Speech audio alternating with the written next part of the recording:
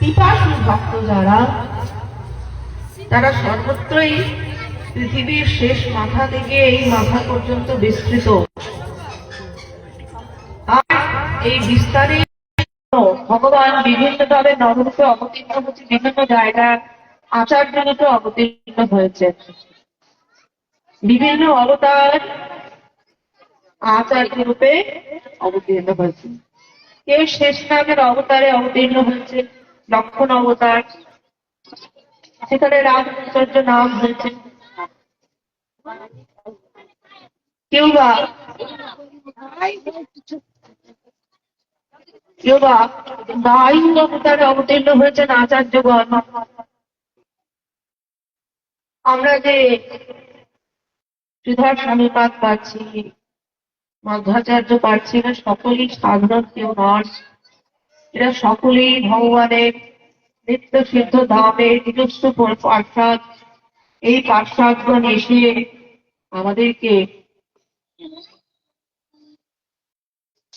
হরি ভক্তি, কৃষ্ণ প্রেম, ভগবত প্রেম, বিষ্ণু প্রেম অর্থাৎ মানবতার ধর্মগুলো তারা দিয়ে গেছে।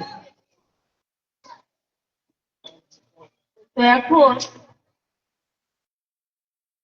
যেহেতু আমরা গৌরমণ্ডলে বসে আছি, অর্থাৎ গৌরমণ্ডল ভূমি দেবাজানে চিন্তামণি তার হয় ব্রজভূমে বাস। যেহেতু আমরা নবদ্বীপ তো মহাপ্রভুর জায়গা বটেই, তো সেখানে শুধু নবদ্বীপ তো 9টা দ্বীপ শুধু নয়, আজকে আমরা যেখানে বসে আছি এটা গৌর মণ্ডলের মধ্যেই পড়ে। একসময় এই জায়গার নামটাও গৌর ছিল, কিন্তু শব্দের পার্থক্য।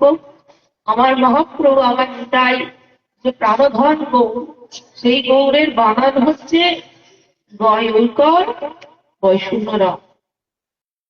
আর এই যে মালদার গৌর, বাচ্চারা একটু চুপ করে থাকো বাবা, ঘরে গিয়ে খেলা করো, জানি তাই। তো এখানকার গৌর, এই গৌরের বানানো হচ্ছে গয়ৌকর জয়বন্ধুর। গয়ৌকার জয়বন্ধু একসময় শশাঙ্কের রাজধানী ছিল এই বাংলা।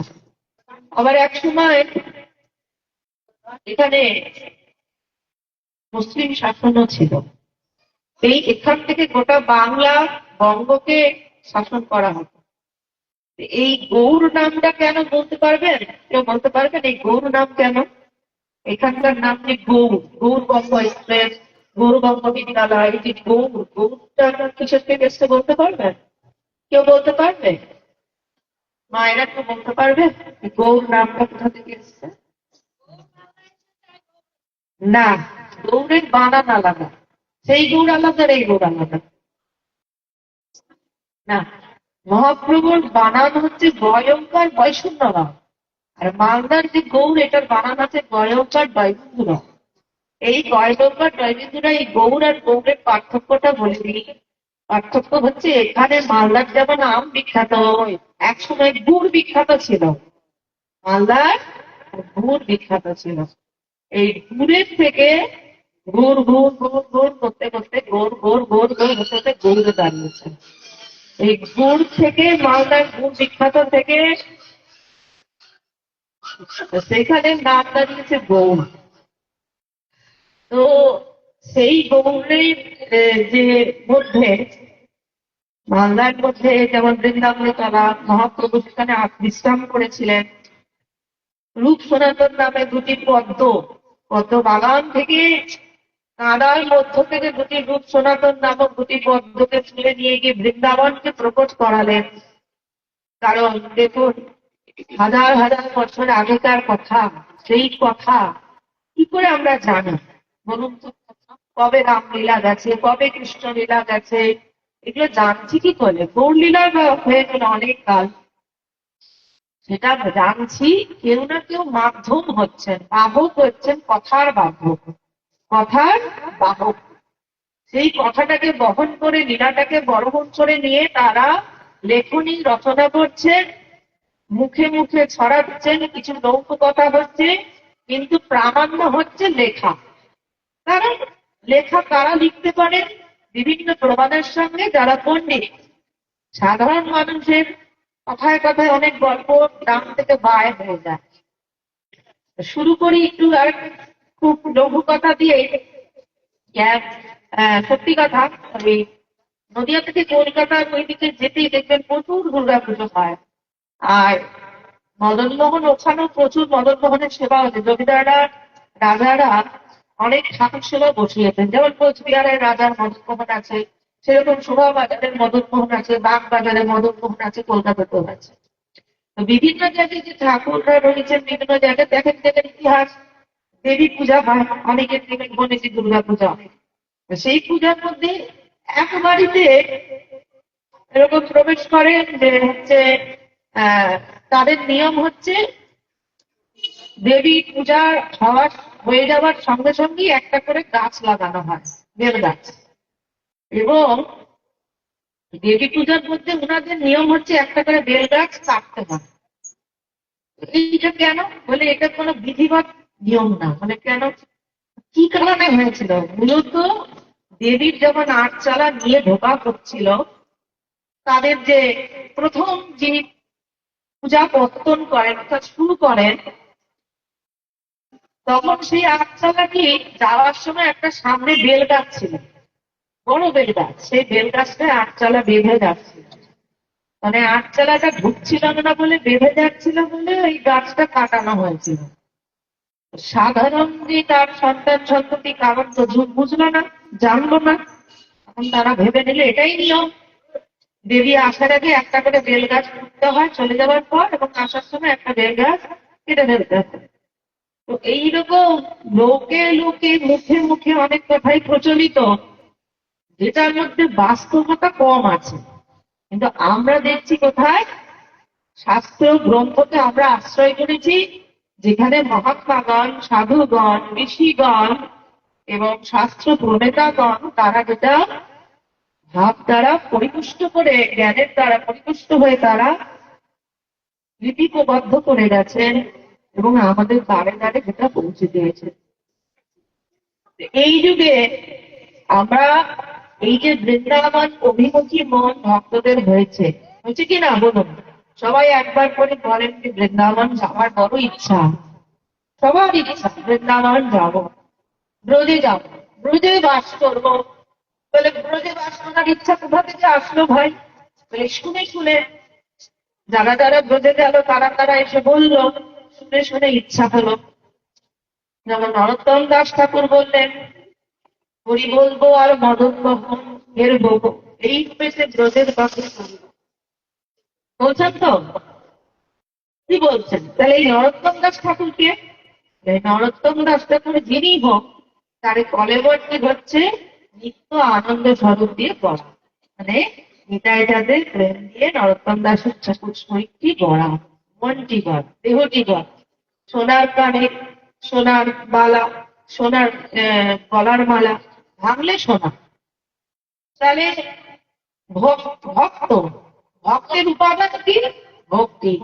তাই প্রেমানন্দী, ভজনানন্দী, এটা কি কি গঠন হয়েছে? বলে প্রেম আর ভজন।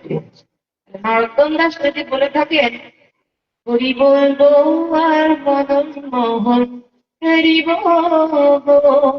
আমি এই রূপেতে ব্রজের পথে চলিব, হরি বলবো আর মদন মোহন হরিব, যাব ব্রজেন্দ্রপুর, হব গোপীর পায়ে নুপুর, আমি নুপুর হয়ে ঝুনু বাহিব, আমি নুপুর হয়ে ঝুনু বাজিব, হরি বলবো আর মদন মোহন হেরিব। আমাদের যার মনে চায়, অভিলাষ হয় যে হরি বলবো আর মদন মোহন দর্শন করবো, আর ব্রজের পথে যাব, রাধা রানীর সেবা কি করি হব, এগুলো আজ তো আমরা পেলাম এই হরি সরকার, নরোত্তম দাস, বলরাম দাস, জ্ঞান দাস, দেবানন্দ দাস, গোবিন্দ দাস ইত্যাদি মাধ্যম দিয়ে। ইনারা পেলেন কোথা থেকে? ইনারা পেলেন নিতাই গৌড়ের থেকে। নিতাই যেদিন প্রেম দিয়ে গড়া, আর নিত্যানন্দ প্রভুকে, নিত্যানন্দ প্রভু হচ্ছেন শ্রীপাদ বলরাম। আর নিত্যানন্দ প্রভুর আরাধ্যকে, পরমারাধ্য প্রেমাস্পদকে, তার ঈশ্বরকে, তার প্রাণের ঈশ্বর হচ্ছে গৌরাঙ্গ মহাপ্রভু, তাই তো?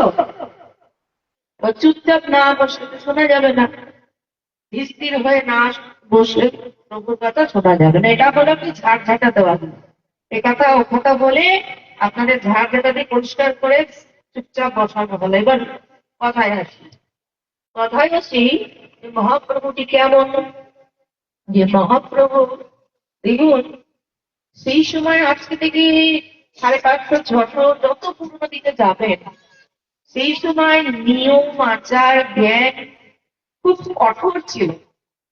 মানুষের মনের মধ্যে ছিল কর্কশতা, ছিল কিনা বলুন? বেশি দূর যেতে হবে না, আপনি দেখুন সতীদাহ প্রথাটা চিন্তা করেন।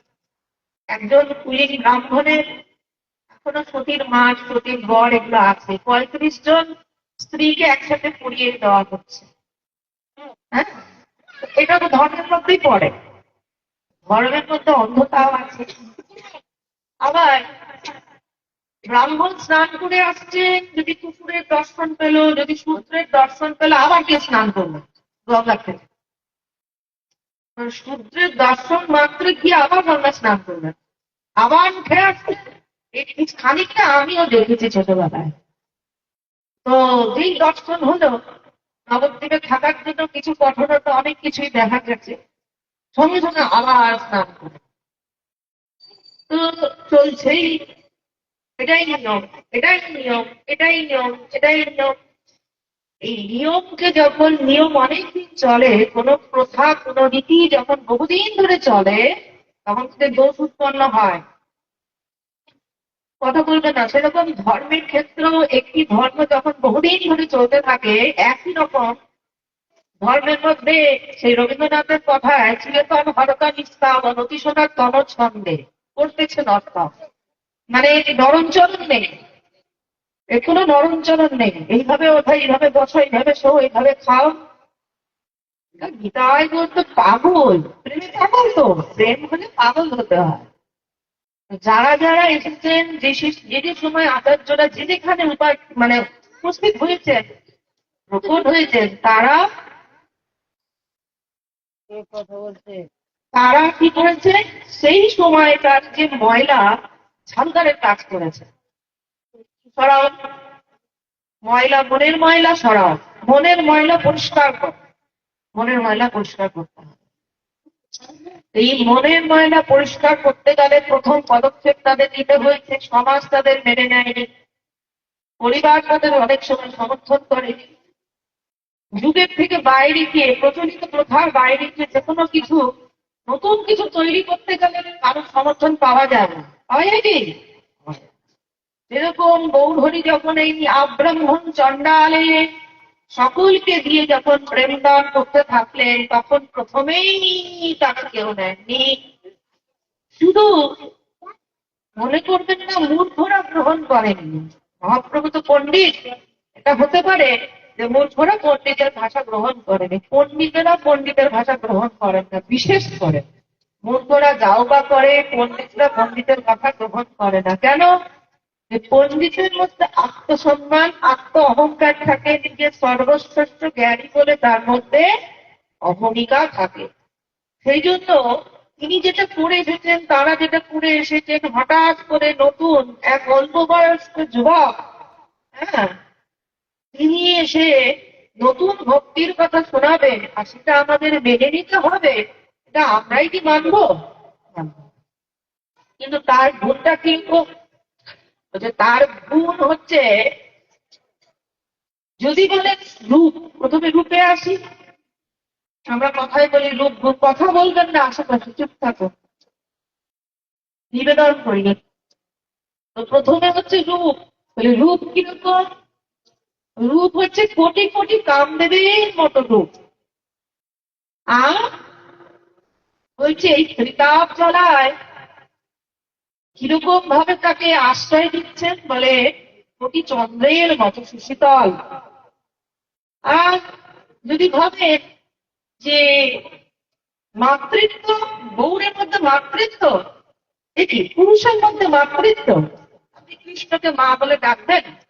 গৌর তো মা বলে ডাকা যায় না, তথাপি মাতৃত্ব তিনি কোটি কোটি মাকে লঘু করে দিচ্ছেন, মানে কিছুই না। আবার যদি ভাবেন কল্পতরু, মানে প্রেম দাতা কল্পতরু, যে আপনাকে আশ্রয় দান করবেন, আপনার মনোবাঞ্ছা প্রেম বাঞ্ছা পূর্ণ করবেন, তাতেও কোটি কোটি, এক কোনোটাতেই নয়। আবার যদি ভাবেন তাহলে কি তিনি খুব চঞ্চল স্থির নন? কে বলল? প্রচন্ড স্থির। সমুদ্র দেখেছে, কোটি কোটি সমুদ্রের ন্যায় তিনি স্থির। শুধু কি তাই, উদারতা, উদারতা কোটি, প্রচুর উদারতা, কোটি কোটি উদারতা মিশিয়ে যে উদারতা তৈরি হয়, সেই উদারতা মহাপ্রভুর মধ্যে দেখা যায়। আর বলছে তার মধ্যে কি কি দেখা যায় বলে, দেখো তার মধ্যে সুধা, ক্ষীর, মধু, কোটি কোটি মিশিয়ে যে মধুরতা তৈরি হয়, অনুভব তৈরি হয়, সেই গৌর বিভিন্ন অনুভব আমাদের দান করে। সেই গৌরে আমরা শরণাগত হতে চাই। এই কথা যেমন আমরা একটা সাধারণ ভাবে বললাম, এই কথাটা এখন যে কোনো কথা একটা দামি কথা, যেমন আপনারা পাশাপাশি লোক বলছেন, কিন্তু এইটা আপনাদের মধ্যে প্রচলিত হতে পারে, কোনো বিশেষ জায়গায় ওটা কোনো গ্রান্টেড হবে না। কার কথা হবে? পণ্ডিত ব্যক্তির কথা হবে, তাই তো? সেই সময় বিশেষ পণ্ডিত ব্যক্তিকে প্রবোধানন্দ সরস্বতী, প্রকাশানন্দ সরস্বতী, তিনি কি বলে, তিনি প্রথমে মানতেন না, গৌরকে ভগবান বলে মানেননি। তারা কি উপাসনা করতেন বলে, নির্গুণ ব্রহ্ম, ভগবানকে একটা বিন্দু রূপে কল্পনা। এখানেও আরেকটু প্রসঙ্গ আমি একটু এগিয়ে দিই। যারা মুসলমান ধর্মের আছে তারা কিন্তু নির্গুণ ব্রহ্মের উপাসনা করেন। এটাই কিন্তু অর্জুন দ্বাদশ অধ্যায় জিজ্ঞেস করছে কৃষ্ণকে, যে কৃষ্ণ তুমি বলো কোনটা শ্রেয়, নির্গুণম ভাবে স্বপ্নম, কোনটা শ্রেয়, কোনটা করবো? তখন বলছে অব্যক্ত, অব্যক্ত শব্দটা ব্যবহার করেছে। কে যোগ উত্তম যোগী? যারা নির্গুণ উপাসনা করেন তারা উত্তম যোগী, সগুণ সাকার উপাসনা করে তারা উত্তম যোগী। তখন ভগবান বলছেন দেখো, দেহীদের জন্য, অর্থাৎ আমাদের দেহ আছে তো, আমরা কি দেহি, দেহীদের জন্য অব্যক্ত মানে যা দেখা যায় না, তাকে ভালোবাসা কঠিন। সেই জন্য এটা হচ্ছে যোগীদের পথ। নির্গুণ উপাসনা করছেন, ব্রহ্মের মধ্যে লীন হয়ে যাচ্ছেন, বিন্দু দর্শন জ্যোতি দর্শন করছেন, কিন্তু দেহী যারা, তাদের জন্য কি, তাদের জন্য স্বরূপ উপাসনার প্রয়োজন। আর তারপরে গুণাবলীগুলো তিনি বললেন। তো এই উপাসনা আবার বিদায় যে গীতার শেষে আমাদের মহাত্মা সেখানে কিন্তু বলেছেন, ভক্তি মুক্তি প্রেম সোপানাষ্টাদ শৈলে এবং ভক্তি মুক্তি সমচ্ছিত। ভক্তি এবং মুক্তি, মুক্তিটা চলে যাচ্ছে নির্গুণের দিকে, মিশে গেল, একাকার হয়ে গেল। নির্গুণের সম্বন্ধে আরেকটু বলি। আপনি একটা বিশাল বড় একটা ছবি, বিরাট বড়, ধরুন একটা পুরো হিমালয় ছবি একটা ফ্রেমে আনতে পারবেন? পারবেন? তাহলে যেটুকু আপনি আনবেন, যেটুকু আনবেন, সেটাকে যদি আপনি ক্রমাগত মোবাইলে ওটাকে বড় করতে থাকেন, দেখবেন ছবিটা কেটে যাচ্ছে, তার মানে কি একাকার হয়ে যাচ্ছে। ভগবান এতই বিশাল, ভগবানের নেত্র, ভগবানের রূপ কূপে কূপে যদি এক একটা ব্রহ্মাণ্ড, ব্রহ্মাণ্ড পৃথিবী গ্রহ নক্ষত্র গ্রহ নপুঞ্জ উপগ্রহ নয়, এক একটা ব্রহ্মাণ্ড বাস করে, তাহলে সেই ব্রহ্মাণ্ড যার রোমকূপে বাস করে, তাহলে চিন্তা করতো, সেই ভগবানের যদি একটা আকৃতি আমরা আনতে চাই মনের মধ্যে, এতটুকু মাথা, এতটুকু মেধা, এতটুকু বুদ্ধি, এতটুকু চোখ, এতটুকু জ্ঞান, আমরা বৃহৎকে আনতে পারবো। তখন কি করতে হবে? ধরি, ধরি, কল্পনা। তখন হচ্ছে কল্পনা, যেমন অঙ্ক করতে গেলে ধরি এক্স ওয়াই, অঙ্ক মেলাতে হয়, সেই রকম ধরতে হয় ভগবানকে, কিন্তু মিলে যায় অঙ্ক। আর ভগবান নিত্য তো, তুমি যেমন বুঝবে যেমন চাইবে তিনি তেমন রূপে তোমার কাছে প্রতিভাত হবে। তুমি যদি ভাবো একটি গোমাতাকে পুজো করে ভালো নাকি সাক্ষাৎ ভগবান, করতে থাকো করতে থাকো করতে থাকো করতে থাকো, তার থেকে তুমি বস্তু লাভ করবে। তুমি একটি যে কোনো বস্তুকে নিয়ে যদি তাকে ভগবান গেলে ক্রমাগত তার সেবা পূজা করতে থাকো করতে থাকো করতে থাকো, দেখবে তার থেকে তুমি ঊর্জা পাবে। তো ভগবানকে যখনই মানুষ বলে অসীমকে সসীমে ধরে রাখো, বিশালকে আমরা সীমিত, তো আমরা সীমিত, অসীমকে সীমিত ভাবে ধরে রাখো। এই সীমিত ভাবে ধরে রাখার সর্বে কাছে, সবচেয়ে কাছে আমাদের হচ্ছে কি গৌর সুন্দর তাই চার, একটু সবচেয়ে কাছে সঘন সরসমূর্তি, যাকে দেখলে আভ্রঙ্গ চন্ডাল হিন্দু মুসলমান সবাই যে তার চরণে শরণাগতি দিচ্ছে। সেই গৌর সুন্দর প্রভুদানন্দ সরস্বতী বলছেন কিরকম, বলছেন কন্দর্প কাম কোটি চন্দ্রকোটি মাতৃকোটি বাৎসল্যে। কামকোটি তার হচ্ছে চন্দ্র, তার কি সৌন্দর্য কামকোটি, তার সৌন্দর্য হচ্ছে কোটি কোটি সৌন্দর্য, তার সৌন্দর্য হচ্ছে কোটি কোটি, কামদেব হচ্ছে সবচেয়ে সুন্দর। তাই কোটি কোটি সৌন্দর্য মিলে ভগবানের গৌর বলি সৌন্দর্য। কোটি কোটি সৌন্দর্য মিলে ভগবান গৌর হরির সুন্দর সৌন্দর্য বিধানে তুলনা দেওয়া হচ্ছে। তাহলে সৌন্দর্য কামকোটি চন্দ্রকোটি মাতৃবাৎসল্যে। চন্দ্রকোটি কেন? মানুষ ত্রিতার তলায় জ্বলছে, তাই তো যাদের জ্যোৎস্নার তলায় তার যেমন শীতলতা প্রাপ্ত হয়, তাই বলছে চন্দ্রকোটি মাতৃবাৎসল্যে। বাৎসল্যে কেমন? মানে তুমি যদি বাৎসল্য প্রেম তাদের থাকে, পিতামাতা সন্তানের প্রতি বাৎসল্য থাকে, মাতার অধিক থাকে, তাই মাতৃকোটি বাৎসল্যে, কোটি শব্দ ব্যবহার করেছে। কোটি কোটি মানে অগণিত শব্দে, অগণিত মায়েদের যে সন্তানের প্রতি প্রেম, সেই প্রেম মহাপ্রভুর প্রতি দেখা যাচ্ছে। কেন এটা হচ্ছে, দেখো মাদের কি থাকে, সাধারণ মানুষের কি থাকে, যেমন একটা চাকরি পরীক্ষা দিচ্ছে বা বাড়িতে ভালো ভালো সুন্দর ড্রেস, সুন্দর পোশাক, সুন্দর দেখতে, তাদের আগে আমরা সব জায়গায় তাই তো আমরা কি করি, সুন্দর মানুষ, সুন্দর কথা, সুন্দর বংশ, সুন্দর পোশাক, সুন্দর পরিচয়, শিক্ষাগত যোগ্যতা সব দেখে আমরা তাকে আদর করি। কেন? বলে আমাদের লৌকিক আচার, মাতৃভাব নেই। আর মায়ের কি, ওই ছেলেটা আমার পঙ্গু, উপার্জন কম করে, ওই সন্তানটা অসহায়, হ্যাঁ, এর একে কেউ দেখতে পারে না, এর কোনো চলে না, এর একটু মানসিক ব্যাধি, তখন মার কিন্তু তার প্রতি চিন্তা বেশি থাকে। তাই আমরা হচ্ছে পরিহত জীব, আমরা নিজেদের ভালো নিজেরা ভুলে গেছি। সেইখানে আমরা কেউ দরিদ্র, অর্থে দরিদ্র, কেউ জ্ঞানে দরিদ্র, কেউ রূপে দরিদ্র, কেউ স্বাস্থ্য দরিদ্র, কেউ বংশ কুল মর্যাদা সব দিক থেকে দরিদ্র, কেউ সর্বদিক থেকে দরিদ্র, কেউ বা বঞ্চিত, স্ত্রী শূদ্র মূর্খ এরা বঞ্চিত, আর নিচু কুল যারা বঞ্চিত। তোর মহাপ্রভু তো মা, তাই তোর মাতৃ সমান ভাব, তার কি বাৎসল্য দিচ্ছে, ওদের প্রতি চিন্তা বেশি। যে উদ্ধার হয়েই আছে তাকে কি উদ্ধার করবে? তো নিজের ভালো নিজে বোঝে, এ তো করে খাচ্ছে, আমার এই ছেলেটা করে খেতে পারে, বুদ্ধি আছে, কিন্তু অবুঝ, একে আগে আমাকে দেখতে হবে, এ তো বঞ্চিত, এরা পেয়েছে, এদের পাতে প্রসাদ করেছে, এর পাতে পরে মেয়েকে দাও, দেখছে। তাই তিনি মাতৃকোটি স্ত্রী দশ বিটপী নাম। বিটপী শব্দের অর্থ হচ্ছে কি বৃক্ষ, বিটপী মানে গাছ। এই বিটপী নাম কেন বলছেন? আশ্রয় দান করছেন তরুলতা, কিরকম? কল্পতরু। তিনি হচ্ছেন প্রেম কল্পতরু। নিত্যানন্দ মহাপ্রভুতে কোনো ভেদ নাই। কল্পতরু কি করে? কল্পতরু হচ্ছে একটা গাছ, বলতে পারেন কল্পনার গাছ সব ধর্মেই আছে। সব ধর্মেই আছে, একটা বৃক্ষ থাকেই। এই বৃক্ষটি কি করে বলে, এই বৃক্ষের তলায় যে যে বসে যা চিন্তা করে তাই বলে। তাই এখন যদি আমি চিন্তা করে একটা বন্দুক দাও, বোমা দাও, আমি খুন করব, আমাকে বিষ দাও, বলে না, এইটা হচ্ছে প্রেম কল্পতরু, এটা তা দেবে না।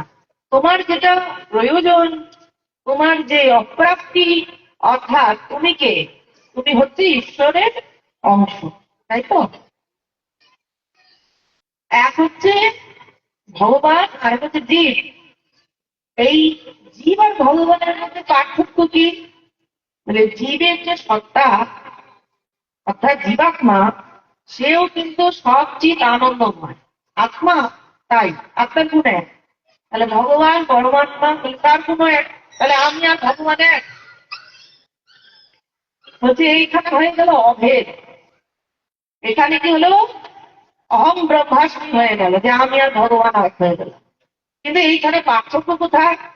পার্থক্য হচ্ছে জীব আর ভগবানের।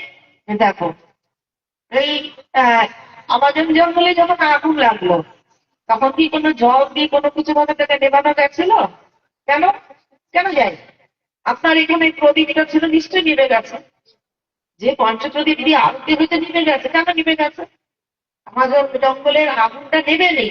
মাঝে মাঝে ওইদিকে যে জঙ্গলগুলোতে আগুন লাগে, এটা দাবানল, সেই দাবানলটা নেবে না, জল দিলে আরো বেড়ে যায়। কিন্তু ঘরের এই প্রদীপ বা ইয়ে নিভে যায়, কেন নিভে যায়?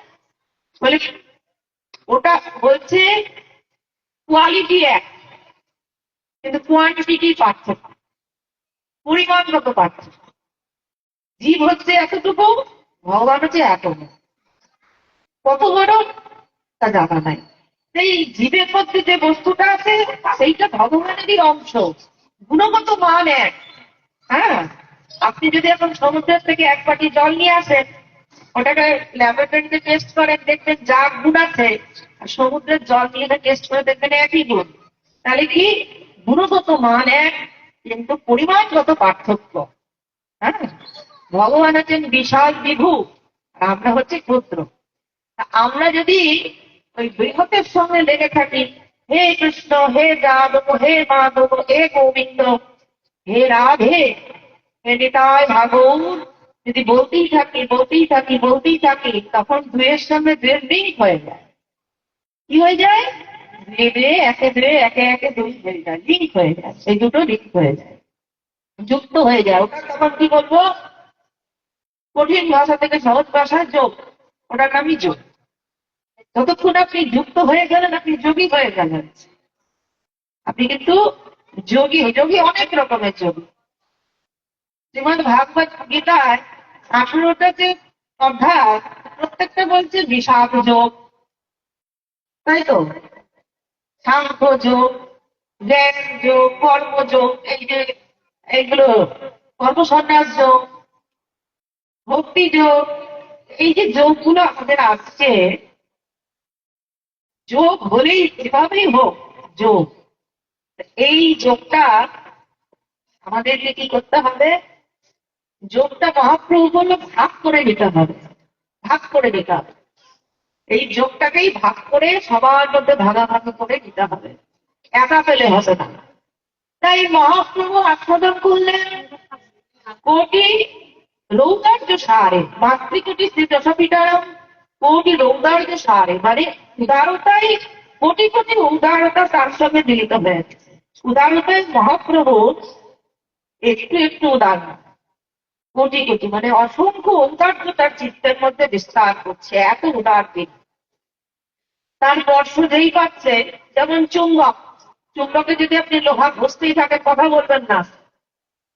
চুম্বকের মধ্যে যদি আপনি লোহা ঘষতেই থাকেন, ঘষতে ঘষতে দেখবেন লোহাটাও চুম্বকে পরিণত হয়েছে। মহাপ্রভুর পরশে যেই আসছে, অমৃতের পরশে যেই আসছে, সেই অমৃতময় হয়ে যাচ্ছে। মহাপ্রভু কি করছেন? বলছে কোটি রৌদার্য সার, আবার কি গাম্ভীর্য অম্ভবতী কোটি। গম্ভীর্য, গাম্ভীর্য কিরকম? অম্ভবতী কোটি, কোটি কোটি। অম্ভবতী বলতে সাগর, কোটি কোটি সাগরের ন্যায়। বলছে মহাপ্রভু তাহলে খুব ছেলে মানুষ, নাচছেন গাইছেন? বলে না, যখন গম্ভীর থাকছেন, সমুদ্রে যেমন স্থির, সমুদ্রে আপনি অন্ধকারে পড়িতে গিয়ে চুপচাপ বসে থাকবেন, মনে হবে কোন স্থির গর্জন করছে, গম্ভীর। তাহলে তাহলে গাম্ভীর অম্ভবতী কোটি। আর সুধা ক্ষীর মাধি কোটি মধুরী মধু, স গৌরদেব সজিয়ার গৌরদেব প্রণয়রত প্রসবদে সুতা চারি কোটি।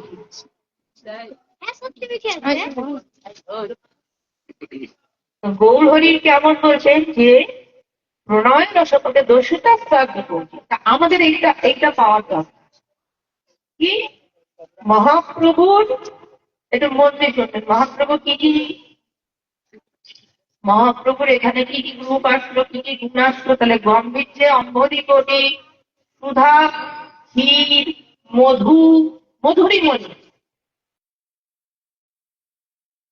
সুধা ক্ষীর ও মাধ্যি কোটি মধুরী মণি গৌরদেব সাধিয়া গৌরদেব প্রণয় রসপদে দস্যুতা চার্য প্রভু। তার মানে মহাপ্রভুর প্রেমের মধ্যে সুধা ঘি মধু মানে অমৃত, যে অমৃতটা কি পুরোয় না অপুরন্ত, সেই অমৃতর মধ্যে কি আছে প্রণয় রসপদে, মানে ভগবানের যে প্রণয় রস শ্যাম সুন্দর রাধারানী যে যুগল সেবার প্রণয় রসের পদে তিনি বিভিন্ন অনুভব তিনি প্রদর্শন করেন, দান করেন। সেই গৌরকে আমরা প্রণাম জানাই, তার শরণাগতি চাই, তার প্রার্থনা করি। আমাদের এই বিভিন্ন হরিকথা হরিনামের একটাই উদ্দেশ্য, একটাই যাতে আমাদের গৌরের চরণে অর্থাৎ গৌরূপী শ্যামসুন্দরের চরণে গৌরূপী মদন মোহনের চরণে যাতে প্রণয় রসপদে দর্শিতা শ্রাদ্ধ করি। তোমার এই চরণে যাকে অনেক আশ্চর্য আশ্চর্য অনুভব তুমি প্রদান করছো, রাধাকৃষ্ণ লীলায় হৃদয় স্মৃত হচ্ছে, হে গৌর তোমার চরণে বারবার বারবার বারবার প্রার্থনা করছি, তোমার তুলনা হয় না, তুমি অতুলন। মাতৃত্ব তুমি কোটি কোটি মাতৃত্ব, উদারতা রূপে গুণে তোমাকে কোনটাকে বাদ দেবো বলো? পুরোটাকে তুমি অপূর্ণ না, তুমি পূর্ণ, তুমি পূর্ণতা। আমরা গৌরকে বলি জানি তাই গৌর, কিন্তু আমার সন্দেহ হয় যে গৌরকে সত্যি কৃষ্ণ বলে মানেন না ভক্ত সাধকের জায়গাতেই রেখে দিয়েছেন। গৌর কি সত্যিই কি কৃষ্ণ বলে মানছে? মানছে কি? মনে জিজ্ঞাসা করতে হবে, নিজেকে জিজ্ঞাসা করতে হবে। নিতাই গৌরের নাম সবাই নেয়, সত্যিই কি বিশ্বাস করে যে নিতাই বলরাম গৌর কৃষ্ণ, যার প্রত্যেকটা রোমকূপের থেকে নাকি বিশ্ব ব্রহ্মাণ্ড সৃষ্টি হতে পারে শত কোটি অগণিত? বিশ্বাস আছে না এগুলো গল্প? বলে না গল্প, দেখো প্রমাণ তো বললাম। যিনি ভগবান দ্রষ্টা অর্থাৎ শত সহস্র শিষ্য নিয়ে তিনি যাতায়াত করেন, তিনি বলছেন, সাধারণ মানুষ তো বলছেনই, তিনি বলছেন যে ভগবান এর চরণ ধরে পড়ো। এইবার দেখো এই গৌরাকৃতি মদন মোহনের কথা, হেন গৌর দয়াময় ছাড়ি সব লাভ হয় তাই মনে লহরে স্মরণ। নরোত্তম দাস ঠাকুর মশাই বলছেন, হেন গৌর দয়াময় ছাড়ি সব লাজ ভয় তাই মনে লহরে স্মরণ। তিলক করতে লজ্জা করে, মালা করতে লজ্জা করে, মালাটা ফ্যাশন, তিলকটা ফ্যাশন, অকেশনালি চলে, হবে না। কেন হেন মানে কি? মানে যেই গৌর স্থানকাল পাত্র বিচার করলো না, ব্রাহ্মণের পুত্র হয়ে পণ্ডিতের পুত্র হয়ে তিনি স্বর্গ নবদ্বীপ ধাম কঠোরতার জায়গা সবাইকে ধরে ধরে জনে জনে প্রেম দান করলেন। তিনি কি করলেন? মানে প্রেমটা উনি প্রেমকেই করলেন, তুমি দান হও, কিন্তু প্রেম দানের মূর্ত প্রতীককে প্রতীক চাইতো একটা, শব্দ শব্দের মাধ্যম চাইতো। শব্দটা কোথা থেকে আসছে? যেমন আমার মুখ থেকে শব্দ বেরোচ্ছে, ভগবানের কথা, এটা তো শব্দ, মাধ্যম চাই। তো এই মাধ্যমটাকে মানে আমি কোথা থেকে পেলাম? এই গ্রন্থাদি গুরু কৃপা, সবকিছুর একটা মাধ্যম চাই। তো এই মাধ্যমটা কি হবে? আশ্রয় লইয়া ভাবে তারে কৃষ্ণ নাহি কাজে আর সব মনে অকারণ।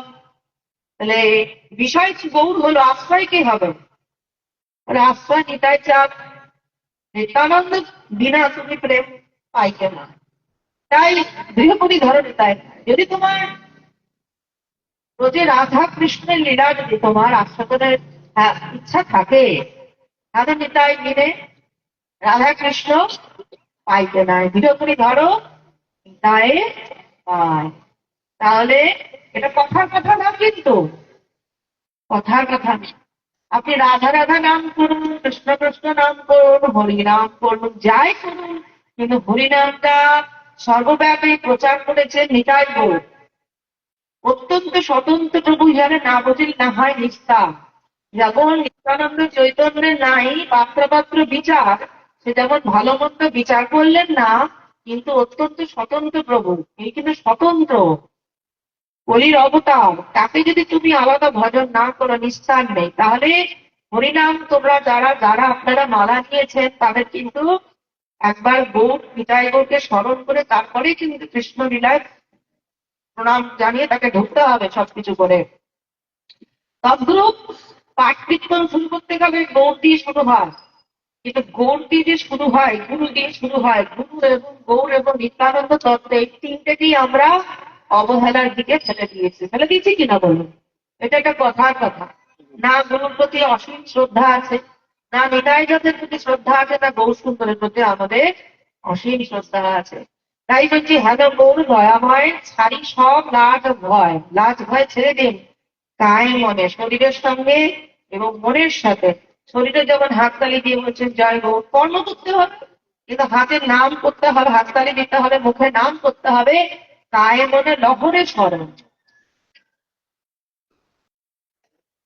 আমারও দুর্মতি ছিল, তারা সবে উদ্ধার এলো। যত আমাদের মতো জীব, মাদৃশ্য জীব, যারা পামর দুর্মতি, তারা সবে উদ্ধার এলো, তারা উদ্ধার হয়ে গেল, তারা হইল অতীত পাবন। কিরকম ব্যবস্থাটা কিরকম মহাপ্রভু কি করলেন, এটাই যা কি করলেন, এই করোনার মতো। যেমন করোনা একটা সংক্রামক প্রেম, ও সংক্রামক প্রেম করে দিতেন। কেমন? একজন স্পর্শ করছে, তার প্রেম হয়ে গেল, সে আরেকজনকে স্পর্শ করছে, তার প্রেম হয়ে গেল, সে আরেকজনকে স্পর্শ করছে, তার প্রেম হয়ে গেল, সে আরেকজনকে এই করে করে দেশ যুক্ত, গোটা দেশ মানুষ কৃষ্ণ প্রেমের বন্যায় তারা আপ্লুত হয়ে গেল, তাই না? আর কিরকম গৌর হরি বলছেন তাহলে, আবার তারাই কি করছে? মহাপ্রভু বলছেন, দেখো, নর্তন দাস ঠাকুর বলছেন, যারা পামর দুর্মতি ছিল, দুর্মতি কি আমাদের মতো দুর্মতি আছে নাকি? আমাদের সাধুগুরু বৈষ্ণব নিন্দা ছাড়া দিন কাটে না। একজনকে মানছি ঠিক আছে, আরেকজনের প্রতি আমাদের বিদ্বেষ মনোভাব, সবসময় নিন্দা চর্চা আমাদের, অথচ সেই যোগ্যতাই আমাদের নেই। আমরা হয়তো সাধন ভজনের কিছুই বুঝি, কিন্তু আমরা আমরা আমাদের গুরুস্থানীয় যারা মহৎ, যেখান থেকে যেটা নিতে হবে। আপনি যদি আম বাগানে আম নিতে যান, আম বাগানে ঢোকেন, আম নেব, আম পারবেন, চলে আসবেন। আমরা গাছগুলো বেঁকা না টেরা, পাতাটা সবুজ না হলুদ হয়েছে, লম্বা না বেটে, এগুলো আপনার দেখার কাজ না। হ্যাঁ, কত বিঘা জমি ধরে আম আছে, ধামে যাবেন, ধামে গিয়ে বিষয় কথা বলবেন না। কিন্তু সর্বদা যদি আপনাদের বিষয়ে অভ্যাস থাকে, অভ্যাস যদি করতে, আপনাদের অভ্যাস যদি কি সর্বদা এই সাধারণ কথায় যদি আপনাদের অভ্যাস ক্রমাগত এই অভ্যাস করতে থাকেন না, ওই অভ্যাস আপনাকে ছাড়বে না। আপনি অভ্যাসকে ছাড়তে চাইতে হবে, যে এতদিন অভ্যাস করেছো। আমার শ্রী গুরুদেব বলেন, তুমি চাইলেই কি এখন পাবে? এতদিন তুমি মায়ার সঙ্গ করেছো, এখন তুমি ভাবছো মায়ার বিষকে আমি লাভ করবো। মায়া কি তোমাকে ছাড়বে? বলবে, মায়া তো বলবে, তুই আমার সাথে এতদিন ছিলিস, তুই আমার বন্ধু, তুই আমার বন্ধু, তুই আমার সঙ্গ করেছিস এতদিন, আমার দাসত্ব করেছিস, এখন তুই আমার প্রভুর কাছে যেতে চাস, আমি তোকে ছেড়ে দেবো? না না, আমার সাথে আয়, আহ্বান করে, আমার সঙ্গে আসো, আমার সঙ্গে আসো, আমার সঙ্গ করো। মায়া চান তার এই বিষয় ভঙ্গ, আর মায়া কি দেন? দুঃখ। মায়া কখনো আনন্দ দিতেই পারে না। মায়া যদি আনন্দ দেয়, সেটা তাৎক্ষণিক, পরক্ষণে আপনাকে কাঁদতে হবে। মায়ার দেওয়া আনন্দে ওটা চিরস্থায়ী আনন্দ না। কারণ বর্তমানে আনন্দ হলেও পরক্ষণে আপনাকে সেই বস্তুর জন্য কাঁদতেই হবে। তাহলে এই যে সুখ, এইটাও হচ্ছে দুঃখের কারণ। দুঃখ তো দুঃখই, কিন্তু এই জাগতিক সুখটাও দুঃখের কারণ। একসময় বাড়ি ছিল, টাকা ছিল, আর কিছু নয়। একসময় আমার বাপ ঠাকুরদার কত কিছু, আর কিছু। তাহলে ছিল বলেই দুঃখ, আজ নেই তাই দুঃখ। একসময় সুন্দর ছিলাম, আজ কুৎসিত হয়ে গেছি, ওই সৌন্দর্য ছিল, আজ নেই তাই দুঃখ। তো এই জনজাগতিক যা কিছু একসময় বন্ধুটা ছিল আগে নেই, তাই দুঃখ, দুঃখ তো এইরকমই সংসারটা আমার ছিল আজ আমার নেই, দুঃখ, দুঃখের বহু প্রকার দুঃখ, সেই দুঃখ আর শেষ হয় না। তো মায়া কি অভ্যাসটি যদি আপনি করেন, বহুদিন ধরে অভ্যাস করে যাচ্ছেন, ধরুন এই কথা শুনছেন, কথাটা শেষ হতে হতেই কথা আপনাদের মধ্যে আলোচনা শুরু হয়ে যাবে। কি নিয়ে আলোচনা হবে? হাসি ঠাট্টা গল্প সাংসারিক আলোচনা। কিন্তু এই কথাটার সঙ্গে যদি আপনি কি কথা শুনলেন সেটা নিয়েই যদি ক্রমাগত আলোচনা করেন, তাহলে একটা কথাই জীবনের জন্য যথেষ্ট। একটা পাঠ মানুষের জীবন পরিবর্তন করতে পারে যদি সে গ্রহণ করে, যদি সে গ্রহণ করে। নাহলে হাজার হাজার কথা শুনেও তার জীবনে কিচ্ছু হয় না। যেহেতু আমরা কলিগত জীব, তাই বলেছেন নিত্য ভাগবত সেবায়ান। পুণ্য সবচেয়ে বড় পুণ্য কাজ গঙ্গা স্নান বলুন, তীর্থ করুন, হরিদ্বার যান, যাহা করুন, সবচেয়ে বড় পুণ্য শ্রবণ হোক, কৃষ্ণ শ্রবণ পুণ্য শ্রবণ কীর্তন হোক। সবচেয়ে হচ্ছে পুণ্য কাজ হচ্ছে কৃষ্ণ কথা শ্রবণ কীর্তন করা। এটাতেই বিদ্যন্তস্থ জগদ্রাণী জীবনতী শরীর শতামিনী কৃষ্ণ তোমার হৃদয়ে প্রবেশ করতেন কানের মধ্য দিয়ে।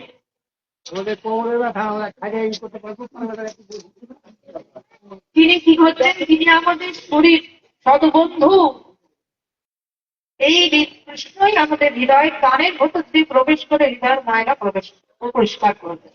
তাহলে এই ময়লা পরিষ্কার যিনি করেন তাকে কি বলে? ময়লা যিনি পরিষ্কার করেন তিনি কি বলে? তাহলে ভিন্ন কাজ একটা, ভগবান নিজে করেন কথার মাধ্যম দিয়ে। আপনি যে ভক্ত হচ্ছেন কিনা নিজেকে নিজে পরীক্ষা করবেন। যেমন আপনার যখন রোগ হচ্ছে কিনা আপনি দেখছেন, দেখি তো গায়ে জ্বর আছে কিনা, শরীরটা ম্যাচ ম্যাচ করছে, থার্মোমিটার দিয়ে পরীক্ষা করেন তো। সেই রকম আপনার এগোচ্ছেন কিনা এটা একটা পরীক্ষা নিজের কাছে নিজে। কি করে? যখনই দেখবেন ভগবানের কথা, ভগবানের নাম, ভগবানের গুণের প্রতি আগ্রহ, সাধুর প্রতি, গুরুর প্রতি ভালোবাসা, তাহলে বুঝবেন যে আপনি এগিয়ে যাচ্ছেন। আর যখনই দেখবেন ভগবানের নাম কথা এগুলো শুনতে আপনার বিশেষ কোন আগ্রহ নেই, হ্যাঁ, কথায় আগ্রহ নেই, ভগবানের আপনি যাকে ভগবান বাদ দিন, যাকে ভালোবাসবেন দেখবেন তার কথা শুনতে আপনার ভালো লাগবে। আপনি যদি কারোর প্রেমে পড়েন, জীবনে কাউকে ভালোবাসেন, তাহলে দেখবেন তার কথা শুনতে আপনার ভালো লাগতে বাধ্য বাধ্য বাধ্য।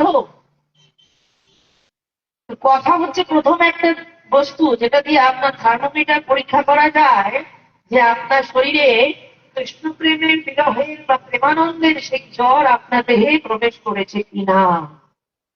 কথা এমন একটা বস্তু, যিনি কথা শুনতে ভালোবাসেন না, ভগবানের নাম কীর্তন কথা গুণগান, এতে তার রুচি নেই। বিরক্ত অনেক ভক্ত দেখেছি, বড় বড় পুরনো ভক্ত, কিন্তু ঠাকুরের নাম কীর্তন হলেই কাশি শুরু করে দেয়, উঠে চলে যায়, পাশ দিয়ে চলে যায়।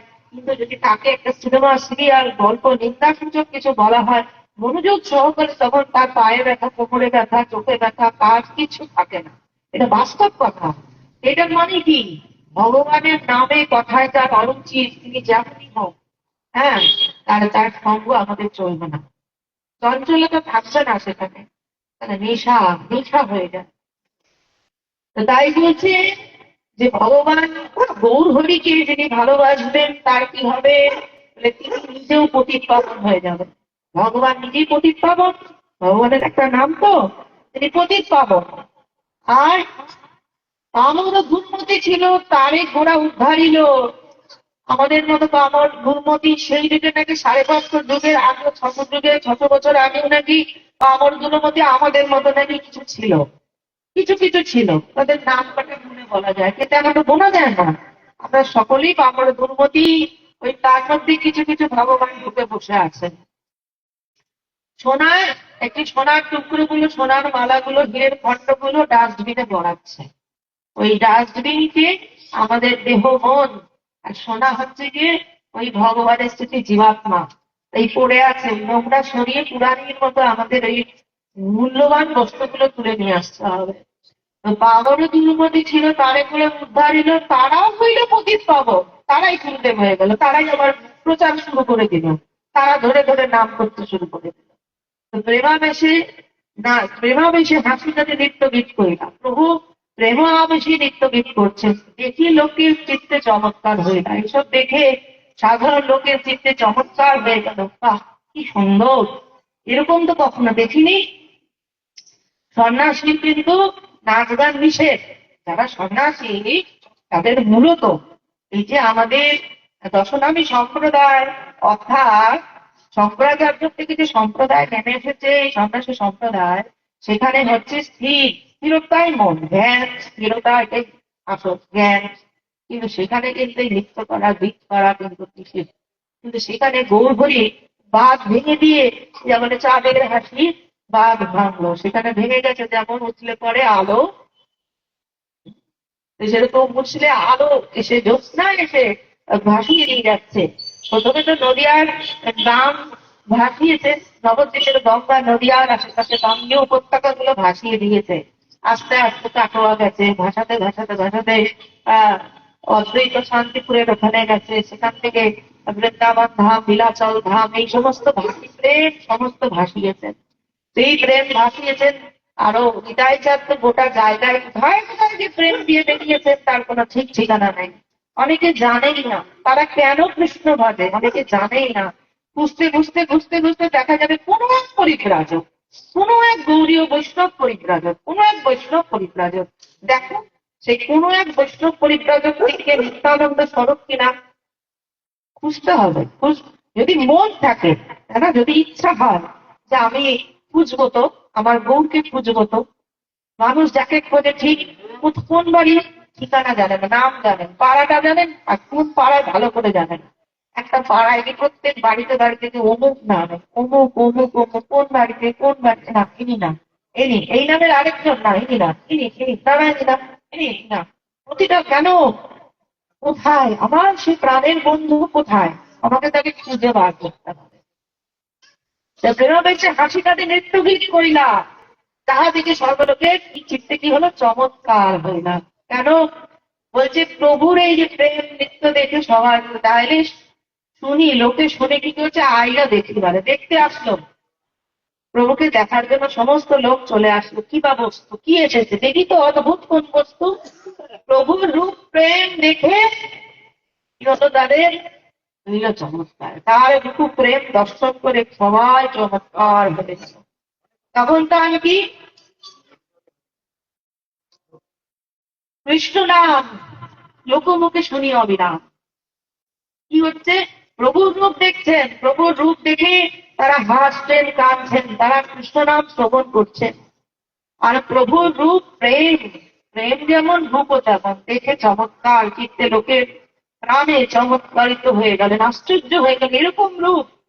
আর দর্শনে তারা কি হচ্ছে, মানে দর্শনে তারা কৃষ্ণ ভক্ত হয়ে, দর্শনে তাদের ভক্তি হয়ে গেল। তারা কি বলছে, বলে কৃষ্ণ হরি, প্রেমাবেশে নাচে ঊর্ধ্ববাহু করি।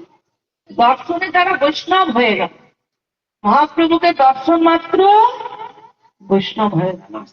আচ্ছা, প্রভুর কথায় পার্থক্য আছে কি? ভগবান আর ভগবানের কথায় কি পার্থক্য আছে বলবেন? ভগবান কৃষ্ণ আর কৃষ্ণ কথা, গৌর আর গৌরের কথায় কি পার্থক্য আছে? আছে? বলুন, সারাদিন আছে? আছে কি? শোনে শোনে না, গৌর আর গৌরের কথায় পার্থক্য নেই। তাহলে তার কথার মধ্যে নিজেকে ঢুকিয়ে ফেলুন। সাক্ষাৎ গৌরহরি দাঁড়িয়ে আছেন, তিনি নৃত্য করছেন, হাসছেন, কাটছেন, অষ্টী রৌদিনী গায়ে নৃত্য দিয়ে হাসছেন, কাটছেন, নৃত্য করছেন, অবিরত তার নয়ন দিয়ে জলধারা প্রবাহিত করছেন। হা কৃষ্ণ হা নাম করে, হরিনাম করে, হরে কৃষ্ণ কৃষ্ণ কৃষ্ণ হরে হরে, হরে রাম রাম রাম হরে হরে। মৃদঙ্গের তালে তালে, ঝম্পের তালে তালে, কাসুরের তালে তালে মহাপ্রভু উদ্দাসন নৃত্য করে যাচ্ছে। আর শশাকর শৈলমোহে করে টলমলে, যাহা যাহা মহাপ্রভুর পদতল করছে পুরীতে, সেখানে সমস্ত টলমল টলমল করছে, যেন ভূমিকম্প হচ্ছে। সেই গৌর হরি যখন তাকে দর্শন করলেন, তাহলে কি হলো, দর্শনে বৈষ্ণব হইল। দর্শনে সবাই বৈষ্ণব, মহাপ্রভুকে দর্শন মাত্র তোরা বৈষ্ণব হয়ে গেল। বলতে হলো না তোমরা বৈষ্ণব। আমাদের মতো পাঠক ছিল না, তাই হয়তো বৈষ্ণব হয়ে গেছে। আমরা মনে হয় দেখলে দেখে বৈষ্ণব হতো না, আমরা মনে হয় এই জগাই মাথায় তলে আমরা মনে হয় মারতামই, সন্দেহ প্রকাশ করতাম। তো যখন বৈষ্ণব হয়ে গেল তখন কি করলো? তাহলে প্রেমাবেশে প্রথম প্রেমাবেশে মহাপ্রভু নিষ্ঠা করলো, দ্বিতীয় প্রেমাবেশে কি লোক নাচে উঠুবাহু করি হরে কৃষ্ণ কৃষ্ণ কৃষ্ণ হরে হরে, হরে রাম রাম রাম হরে হরে। প্রেমাবেশে নাচে লোক উঠুবাহু, কৃষ্ণ লোক কৃষ্ণ নাম লোকমুখে শুনি অবিরাম, কৃষ্ণ নাম লোকমুখে শুনি অবিরাম। সবার মুখে তখন কৃষ্ণ নাম কৃষ্ণ নাম কৃষ্ণ নাম শোনা যাচ্ছে, কৃষ্ণ কৃষ্ণ কৃষ্ণ, যেখানে যাচ্ছে সেখানে চলে যাচ্ছে কৃষ্ণ কৃষ্ণ কৃষ্ণ। সেই লোক বৈষ্ণব কইল অন্নপ্রাণ। যে মানুষ কৃষ্ণ প্রেম সবাইকে বললো, একজনকে বললো আরেকজন বললো, আরেকজনকে বলে আরেকজন বললো, সে আরেকজনকে বললো, এইরকম করে করে সেই লোক সমস্ত গ্রামকে কি করলো? বৈষ্ণব করে দিল, সবাই হইল। এই মতো পরম্পরায় দেশ বৈষ্ণব হইল। কৃষ্ণ নামামৃত বন্যায় দেশ ভাষা এলো। এইরকম পরম্পরা, পরম্পরা মানে ওই একজন একজনকে ছুটে আরেকজন আরেকজনকে দিল, এই নাও এই নাও এই নাও, প্রেম সবাইকে দান বিতরণ করছে। করতে করতে সবাই বৈষ্ণব হলো, সবাই কৃষ্ণ ভক্ত হলো। কৃষ্ণ ভক্ত হতে হতে কি হলো? এক সময় দেশ জোড়া সবাই কৃষ্ণ ভক্ত হয়ে গেল। কৃষ্ণ হয়ে কৃষ্ণ বলা একটু বিপরীত কথা। কেউ নিজের নামে প্রচার আমি তো এইরকম দেখিনি, সত্যি কথা।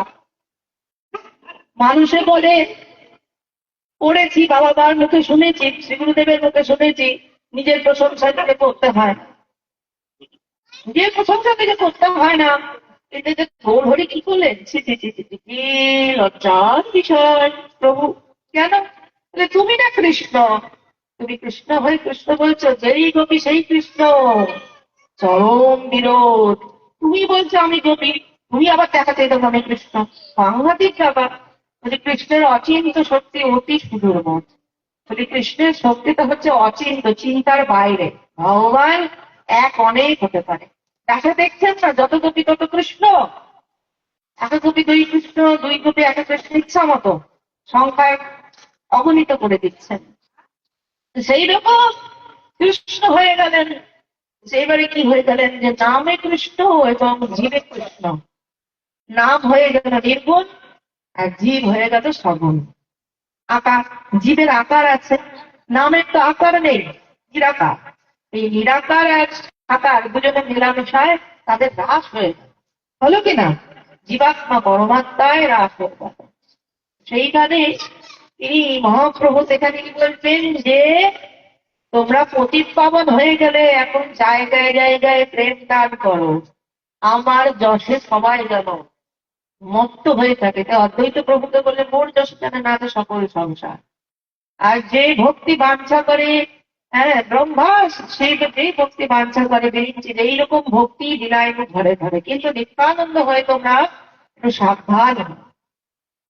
গৌরীর কথা অনুযায়ী আমি বলি, নিতাই চাঁদকে একটু সাবধানে নিন, হালকায় নেবেন না। কেন? বলছে নিতাই চাঁদকে আপনারা হালকায় নিচ্ছেন বলে নিতাই চাঁদ লুকিয়ে পড়েছে, নিতাই চাঁদ অভিমানে দূরে চলে গেছেন। কিন্তু নিত্যানন্দ তত্ত্ব হচ্ছে গুরু তত্ত্ব। গুরু যদি সহায় থাকে তাহলে ভক্তি জীবনে কোনো বাধা আসে না। পরীক্ষা আসবে, কিন্তু পরীক্ষা উত্তীর্ণ হতে তিনি আপনাকে পরীক্ষা দেবেন, তিনি আবার আপনার ভেতরে বসে শিক্ষার্থী হয়ে পরীক্ষা দিয়ে দেবেন। তিনি পরীক্ষক, তিনি শিক্ষার্থী, আপনার মধ্যে বাস করে। যদি শরণাগতি নিতে হবে, তাই তো? শরণাগতি না নিলে হবে না। নিজের মতো স্বেচ্ছায় চললে পরে কখনো কৃপা পাওয়া যায় কি? যায় না। ভগবান তাহলে এভাবে সে হাসি কাটে নৃত্য গীত করিলা, দেখি লোকের চিত্তে চমৎকার হইলা, আর দেখি শুনি লোকে সব আইলা দেখিবারে, প্রভু রূপ প্রেম দেখি হইল চমৎকারে। মহাপ্রভুর রূপ দর্শন করে সবাই চমৎকার চমৎকৃত হয়ে গেল। এখন এই গৌরকে চেনা লোকে নিতাই চাঁদ, নিতাই চাঁদ চেনা, আমার সকল গর্ব নিত্যানন্দ জানে। এই নিত্যানন্দ হচ্ছে রামমূর্তি মন্ত্র। নন্দনাচার্য গৃহে যখন নিতাই চাঁদ গেছে, কে জানে গৌরকে খানিকটা লোক জেনেছে যে ভগবান, এ মানুষ না, এ কখনোই মানুষ হতে পারে। পণ্ডিতরা জেনেছেন, লক্ষণ তার আচরণ দেখে বুঝতে পেরে গেছেন ইনি আমাদের পাশের বাড়ির ছেলে হতে পারে, পাশাপাশি তার বন্ধু বান্ধব হতে পারে। বলি কি হবে ভগবান, না এ আমার বউর আমাদের নিমায় খুব আনন্দের বস্তু। তিনি তখন কি করছেন, নিত্যানন্দ তো আসছেন ঘুরতে ঘুরতে, যে সেরোস হতে হতে হতে হতে ঘুরতে ঘুরতে বৃন্দাবন হতে হতে এখানে হতে হতে দক্ষিণ ভারত সব ঘুরে ঘুরে এসে যখন এই নন্দন আচার্যের গৃহে উপনীত হলেন।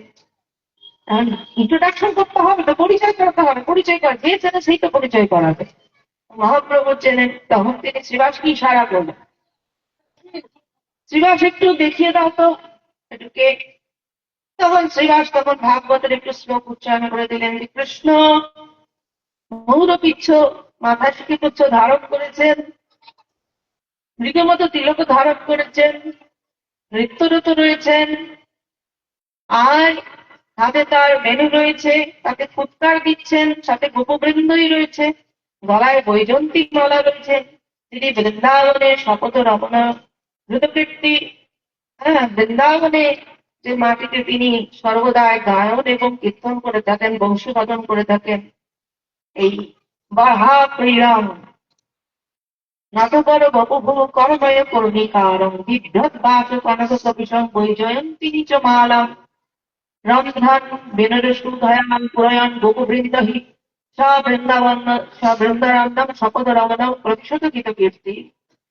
এই শ্লোক ভাগবতের শ্লোক যখন উচ্চারণ করলেন, মহাপ্রভু কৃষ্ণ হেলতে ধরতে যাচ্ছেন, কানে একটা কানে কলকে ফুল, হলুদ কলকে ফুল দিয়েছেন, নিত্যরত অবস্থায় এই পাশে এক ছকা ও পাশে এক ছকা এরকম হাত দিয়ে তিনি গোঠের ওখান থেকে আসছেন, হাস্যলাভ দ্রুতবৃত্তি করছেন, হাতে তার গলায় তার বৈজয়ন্তী মালা, হাতে তার বংশী রয়েছে, কখনো বেণীতে ফুৎকার দিচ্ছেন, গোপবৃন্দরা তারা তাকে পরিবেষ্টিত করে রয়েছে। সেই কৃষ্ণকে দর্শন যখন কথা বললেন কৃষ্ণ, তখন নিতাই জাত কি করলেন, নিতাই জাতের স্বরূপ আসল স্বরূপ বেরিয়ে আসছে।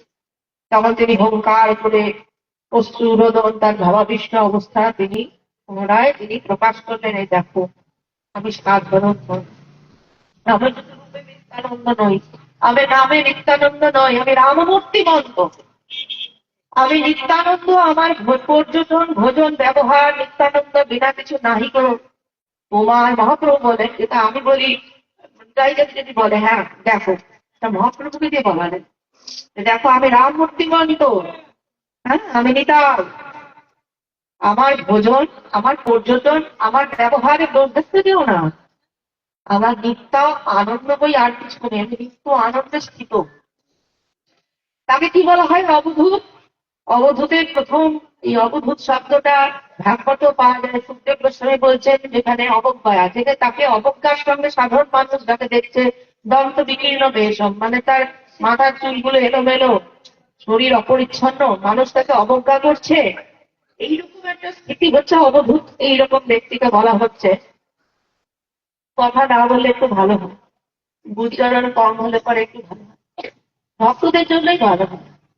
তো সেখানে সেই নিতাইটা প্রথমে হচ্ছে বিগতগত একটা শব্দ আসছে, সেখানে কি বলে, সেখানে হচ্ছে আশ্রম ধর্ম, অর্থাৎ এই যে বর্ণাশ্রম ধর্ম আপনারা জানেন কিনা, ব্রাহ্মণ বৈশ্য, ব্রাহ্মণ ক্ষত্র বৈশ্য শূদ্র, এই যে চারটে বর্ণ,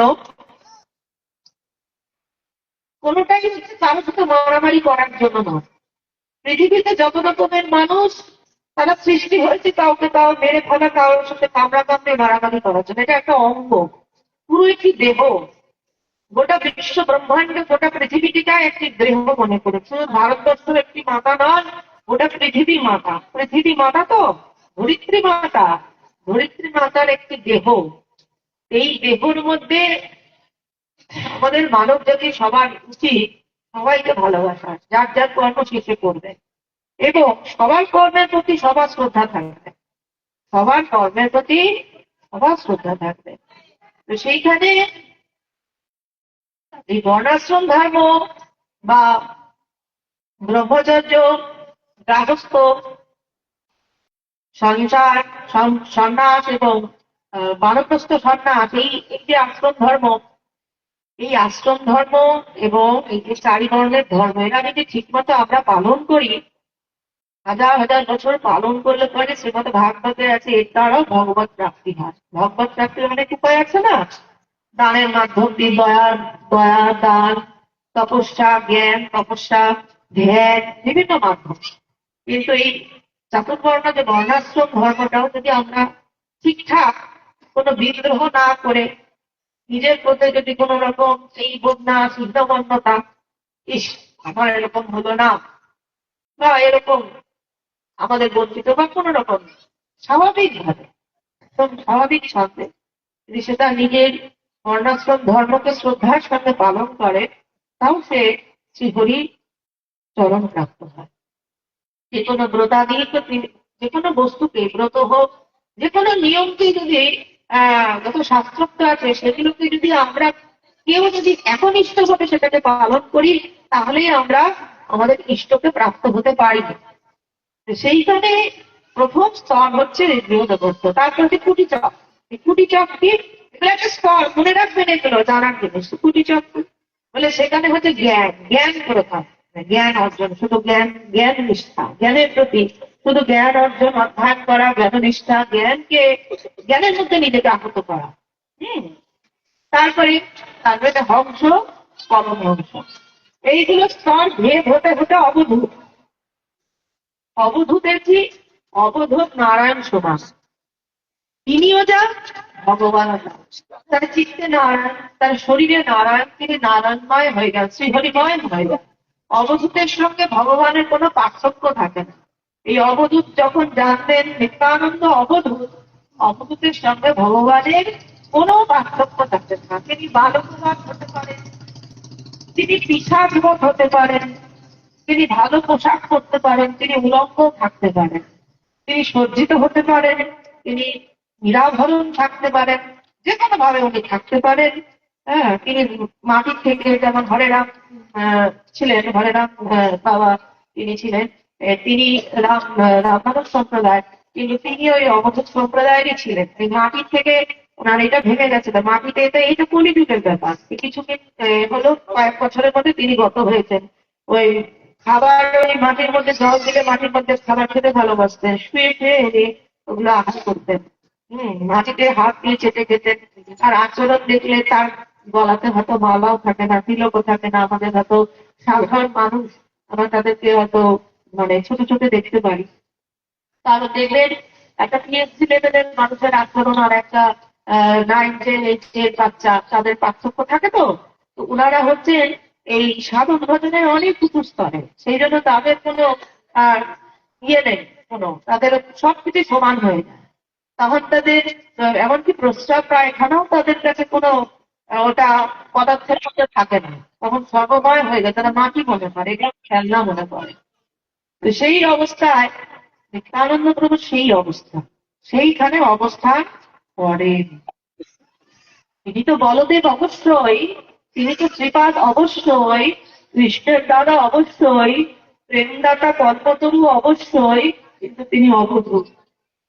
তাহলে অবধূতের আচরণটা ঠিক নেই কেন? বলে সাধারণের মতন তো তিনি নয়, তিনি তো অসাধারণ। আচরণ ঠিক হবে কি করে? এই আচরণ ঠিক নেই বলে গৌর হরির কাছে একজন ব্রাহ্মণকে তার কাছে বলছেন। তখন বলছেন, এক বিপ্র মহাপ্রভু কাছে বলছেন, বিপ্র বলছেন যে প্রভু এক নিবেদন আছে, এক কাছে নিবেদন। কি নিবেদন? বলছি, কহিব তোমার সঙ্গে যদি দেহ মন, তোমার সাথে বলবো যদি তুমি মন দাও। বলতে ভয় পাচ্ছে, কথাটা শুনবেন, যদি মন দাও তবে বলতে পারে। কি বল? বলছে যে মানে ভয় কেন বলছে, যে এমনি বলতে পারে, মহাপ্রভুর কাছে তো তাই বলছেন।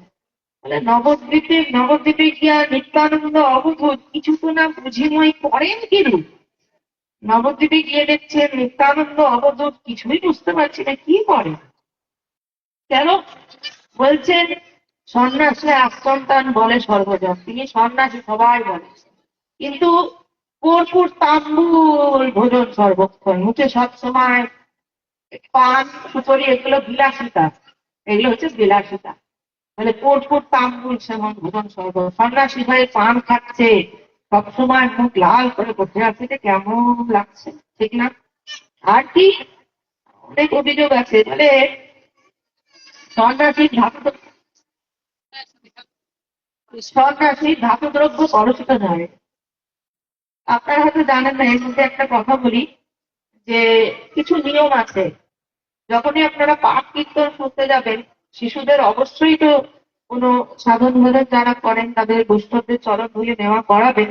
কিন্তু যেখানে আপনি বুঝবেন যে আপনার বিঘাত হচ্ছে শ্রবণে, সেখানে তাদেরকে আনবেন না। কারণ এটা আনলে পরে যে কোনো মানুষ, অসুস্থ হোক, শিশু হোক, যেটা হচ্ছে আপনার ভজন, তারা তো বোঝে না, তারা শিশু, তারা তাদের দৌরাত্ম্য করবে। সেটাকে তাদেরকে আপনারা ব্যবস্থা করে আসবেন, তাহলে অপেক্ষা করবেন যে তারা বড় হবে কখন, স্থির হয়ে যখন তারা বসতে শিখবে তখন নিয়ে আসবেন।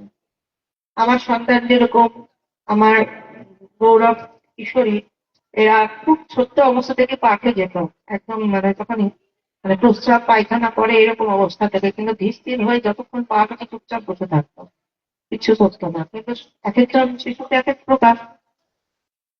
যাই হোক, নিত্যানন্দ প্রভুর সম্বন্ধে এই কথাই বলছেন যে দেখো, যে সবাই বলছে উনি সন্ন্যাসী, কিন্তু সন্ন্যাসী তো এরকম করা যায় না। উনি সবসময় বিলাস ব্যসন মুখে তাম্বুল চর্বণ করছেন, পান খাচ্ছেন, সুপারি খাচ্ছেন। আবার কি করছেন, বলছেন ধাতুদ্রব্য পরশিতে নাহে সন্ন্যাসীরে। সন্ন্যাসীর সন্ন্যাসীদের কিন্তু কাঁসার থালাতেও খাওয়া যায় না, সোনার থালা, রূপোর থালা। সাধারণত সন্ন্যাসীদের নিয়ম আছে, সন্ন্যাসীদের ধাতু দ্রব্য পরশিতে নাহে। সেখানে কি সোনা রূপা মুক্তা সদাই পদে রয়েছে। তারা এই চার খুব সেরে দিতে থাকতেন।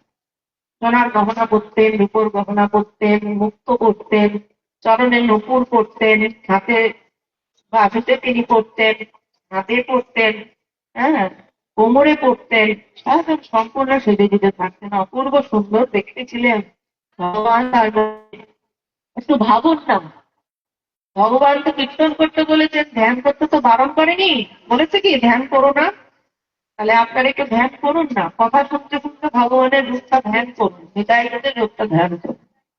তো তিনি কি করছেন, যে মহাপ্রভুর কাছে নিতাইদের অভিযোগ গেছে। অভিযোগ কি গেছে, যে তিনি হচ্ছে সোনা রূপা আর মুখটা সদাই চলে। মানে আবার কি বলছে, দেখো কৌপিন কাঁসাই শাড়ি দিব্য পট্টবাস, অর্থাৎ ভালো কাপড়, তখন পাটের কাপড়, ভালো চকচকে মলমলে কাপড় তিনি পরিধান করেছেন। কৌপিন ছেড়ে, কাঁসাই ছেড়ে তিনি দিব্য পট্টবাস ধারণ করেছেন। আর ধরেন কি ধরেছেন, বলে চন্দন মালা সদাই বিলাস, অর্থাৎ চন্দনচর্চিত হয়েছেন, গলায় মালা পরেছেন, বিলাস। একটা বিলাসী পুরুষের যেরকম লক্ষণ থাকে, নিত্য আনন্দময় পুরুষের সেই লক্ষণ, তাই নিত্যানন্দ প্রভুর সেই লক্ষণ। আবার কি বলে, লৌহদণ্ড তিনি দণ্ড ছেড়ে কেন লৌহদণ্ড ধরেন বা কেন? সন্ন্যাসীর হাতে দণ্ড থাকে, প্রতিদণ্ডী সন্ন্যাসী থাকে, ব্রহ্মা বিষ্ণু মহেশ্বর সেই দণ্ডের মধ্যে বিরাজ করেন। নিজে তো পরে গৌরহরির দণ্ড ভেবেছেনই, এবার নিজেও দণ্ড ধারণ করেন না তিনি সন্ন্যাসী হয়ে। তিনি কি হাতে লোহার দণ্ড নিয়ে ঘুরে বেড়ান কেন? আমি বলি কি, ওই মুঠগর ধরা অভ্যাস তো। বলরামের এক নাম কি? হলধর। তো হলধর তো বলরাম কি? বলরাম গদা যুদ্ধ ভালো করতেন, তিনি গদা যুদ্ধ ভালো করতেন, দুর্যোধনের গুরু ছিলেন গদা যুদ্ধে। দুর্যোধনকে বলরাম গদা শিখিয়েছিলেন যুদ্ধ। তো তার কাজে একটা থাকেই, হল হোক, কুশল হোক, গদা হোক, ওই অভ্যাস যাবে কোথায়? যতই নদী আলিনায় চলে আসুক, আপনি এখান থেকে যতই আপনি বোস্টনে গিয়ে থাকুন, আর আপনি কানাডায় থাকুন, আপনার যে এখানকার মালদার অভ্যাস সেটি যাবে? বহু বছরে যাবে না তো। ওই যে দাপুল লীলায় তিনি যে বলরাম ছিলেন, তার অভ্যাস যাবে করে। তাই লৌহদণ্ড নিয়ে তিনি ঘুরে বেড়ান। তাই প্রশ্ন করছেন, কেন লৌহদণ্ডে ঘোরেন কেন? আর তিনি সদাই শূদ্রের আশ্রমে থাকেন সর্বক্ষণে। তখনকার দিনে ব্রাহ্মণ সন্ন্যাসীরা শূদ্রের ঘরে থাকতো না, শূদ্রের ঘরে ব্রাহ্মণ সন্ন্যাসীরা থাকতো না। সেখানে বলছেন তিনি শূদ্রের ঘরে থাকেন সর্বক্ষণে। কিছু তো না বুঝি, তার আচার আমি কিছু বুঝি না। এইসব দেখে মহার চিত্তে সন্দেহ অপার। এগুলো দেখে আমার চিত্তে অনেক সন্দেহ, আমার অপার সন্দেহ। কিরকম বড়লোক বলে তাকে সর্বজন, বড়লোক তাকে সবাই বললে একটা বিশিষ্টজন, বিশিষ্টজন যেহেতু গৌর তাকে ইন্ট্রোডিউস করিয়েছেন ইনি বিশিষ্টজন। কিন্তু সর্বজন বললে কি হবে, তার আচার তো কোনো শাস্ত্রবিধি মতো মেনে চলছে না। প্রভুকে বলছে, হে প্রভু, ভয় পাচ্ছে বিপ্র বলতে যে যদি তুমি আমার দোষ না ধরো, যদি তুমি আমাকে তোমার দাস মনে করো, ভক্ত মনে করো, অজ্ঞান মনে করো, তাহলে তোমার শ্রীমুখে, তাহলে তুমি আমাকে এই কথার উত্তর দাও, তোমার শ্রীমুখ বদনে, তোমার শ্রীবদনে তুমি এর উত্তর আমাকে নিরসন করো, এটা কি? তার তো দোষ নয়। আমরা যদি এখন চোখের সামনে দেখি যে এটা একটা নিয়ম, এই নিয়মের বাইরে চলছে, এগুলো নিয়ম, এগুলো নিয়মের বহির্ভূত সে কর্ম করছে, তখন তাহলে কি হবে? সংশয় হবে। ইয়াদাগরতে শ্রেষ্ঠত্ব তো দেবতর জনহ প্রমাণম খুঁজে। আমরা তো গীতাতে দেখছি না কথাগুলো, ভগবান বলছেন যে যে যেরকম আচরণ আমরা শ্রেষ্ঠ ব্যক্তিকে করতে দেখি, সাধারণ মানুষ সেরকম আচরণ করে থাকে। তো এই কিরকম আচরণ, উনি শ্রেষ্ঠ সবাই বলছে, আবার এইরকম আচরণ করছে তো কিছু হিসাব মেলানো যাচ্ছে না। তখন গৌর হরি বললেন, দেখো, তখন মহাপ্রভু বিষ্ণুর প্রতি, মহাপ্রভু আসিয়া বিষ্ণুর প্রতি কহেন উত্তর, কি বলছেন? দেখো, মহা অধিকারী যেবা হয় তবে তার দোষ গুণ নাহি জন্মায়।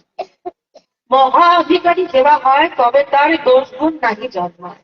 অর্থাৎ যিনি মহা অধিকারী তার কোন দোষ গুণ জন্মায় না। কেন বলছে? দেখো, পদ্মপত্রে যেমন না লাগে জল, পদ্মপত্রে কি জল লাগে? পদ্মপত্র তো জল থাকে, কিন্তু পদ্মপত্রে কি জল ঢোকে? ঢোকে না। তাহলে সেরকম নিত্যানন্দ যে স্বরূপ অতি সুনির্মল, নিতাই জাতিতে স্বরূপটা যে নির্মল, তাতে কোনো ওই নির্মলের মধ্যে কোনো মন, কোনো নোংরা প্রবেশ করে না। আর দেখো বিপ্র, পরমার্থে কৃষ্ণচন্দ্র তাহার শরীরে, পরমার্থে কৃষ্ণচন্দ্র তাহার শরীরে, তার শরীর কৃষ্ণচন্দ্র। বিপ্র শোনো, এই নিতাই শরীরে কৃষ্ণচন্দ্র সদাই বিহরে। বিপ্র, তুমি বারবার শোনো, নিতাই শরীরে কৃষ্ণ, পরমার্থে কৃষ্ণচন্দ্র তাহার শরীরে, এই নিত্যানন্দ প্রভুর শরীরে কৃষ্ণ সর্বদাই বিহার করে। তাই তুমি সাবধান হও, তুমি এটি সাধারণভাবে গ্রহণ করো না। তাহলে কি করতে হবে? অত্যন্ত স্বতন্ত্র প্রভু, ইহারে বুঝলে না হয় নিস্তন্ত স্বতন্ত্র প্রভু, নাম তো দেন, নাম রইতে প্রেম দান বহে, ও তো দিচ্ছেন, তাকে বুঝতে হবে, তাকে বুঝতে হবে, হালকা ভাবে নিলে কিন্তু হবে না। তাই সেখানে বললেন যে দেখো, এই উদাহরণ তখন দিলেন, আপনাদেরকে উদাহরণগুলো আমি বলি। যে প্রথমে বলেন, দেখো শিব বিষ পান করেছেন, সেই বিষ যদি অন্য কেউ পান করে তাহলে কি সে বাঁচবে? প্রাণে বাঁচবে? বাঁচবে। তো সেই রকম এই মহৎজনের যে আচরণ যদি কেউ করে তাহলে কি হবে? তার পাপ লাগবে, দুঃখ পাবে, সে তাকে কষ্ট পেতে হবে। তাহলে মহতের তারা যে আচরণটা করবে সেই আচরণ যেন তোমরা করতে চাও। এটা কিন্তু সকলের সেই সময় মহাপ্রভু যে সময় বলে গেছেন আজ পর্যন্ত, সেটা তিনি যা করেছেন আমরা যেন সেটা করতে না যাই, আমরা যেন সেটা না করি। গৌর হরি সেখানে বলেছেন যে দেখো, মরিচিগণ, মরিচির পুত্র, 6 পুত্র ব্রহ্মার, সেখানে তার কন্যার প্রতি প্রতিষ্ঠি যাতে তাকে নিয়ে উপহাস করেছিলেন বা হাসি হেসেছিলেন। এখানে দেখুন, যে কোনো কিছু আমরা বিভিন্ন কিছু থেকে দেবতার অনেক কিছু জানতে পারি। এই যে দোষ তো হচ্ছে, তারা ত্রিকালদর্শী, তারা অন্তর্যামী, তারা সবই জানেন, তাদের দোষ হয় কি করে? ব্রহ্মের দোষ থাকে কি? কিন্তু জীব শিক্ষার জন্য তারা দেখান যে দেখো, এইরকম দোষ করলে আমাকে যদি না ছাড়া হয়, আমাকে যদি শাস্তি ভোগ করতে হয়, আমার যদি দণ্ড হয়, তাহলে এইরকম দোষ যেন তোমাদের মধ্যে না থাকে। অর্থাৎ পাপ বাপকেও ছাড়ে না, এটা সহজ ভাষা, এটা শেখানোর জন্য। কিন্তু সেখানে মরিচির পুত্র 6 জন, তারা তো আর আমাদের মতন ডান্স ডাক যদুমধুর আশেপাশের লোকজন নন, দেবলোকের। তারা এসেছিলেন, উপহাস করেছিলেন, সেই কারণে তাদের বারবার আসতে হয়। হিরণ্যকশিপুর তার কাছে এসেছিলেন, ইন্দ্রের বজ্রাঘাতে তারা মারা গেছে। সেই পুত্র আবার কৃষ্ণ আসার আগে, শ্রীকৃষ্ণ আসার আগে দেবকীর কাছে এসেছেন। কৃষ্ণ আসার আগে এসেছেন তো 6 জন, তারা সকলেই কংসের কৃপায় চলে গেছেন স্বভাবে, কিন্তু এটা লীলা। এইবার সন্দীপনী মুনির যে সন্তান, যে সংসার সংকট বা সংকটের ওষুধ তিনি নিয়ে গেছিলেন, সেখান থেকে জমালয় থেকে যখন কৃষ্ণ বলরাম শুনবেন কথাগুলো, সন্দীপনী ঋষি মুনির যে সন্তান, গুরুদেবের সন্তান, গুরুদেবের সন্তান, গুরু দক্ষিণা দিচ্ছেন গোবিন্দ, তিনি যখন নিয়ে আসলেন, কোথা থেকে চলে গেছে কোথায়, জমালয়, জমালয়ের থেকে সেই জীবন্ত সন্তানকে এনে উপস্থিত করলেন। তখন দেবকী মা জানলেন, বুঝলেন, তাই তো আমার এই সন্তান তো সাধারণ নয়, এ তো নারায়ণ স্বরূপ, এ তো সামর্থ্যবান। তাহলে আমারও যে 6টি পুত্র পূর্বে হয়েছিল, যাকে আমি স্তনদান করতে পারিনি, আমার বাৎসল্য আস্বাদন করতে পারিনি, আমি তাহলে চাইলে তাদেরকেও এনে দিতে পারে। তখন তিনি কৃষ্ণকে বলতেন যে বাবা, তুমি আমার, কৃষ্ণ বলরামকে, যে আমার তোমাদের পূর্বে যে 6 জন এসেছে ঢাকা, তোমাদের তাদেরকে এনে, তাদের আমার আশা পুরো হয়ে গেছে। তখন ভগবান সেই মরিচির 6 পুত্রকে নিয়ে আসলেন, কথা বলবেন না, স্তন করলেন, আদর করলেন, তার মাতৃত্বকে পরিচ্ছন্নতা দান করলেন। তারপরে থেকে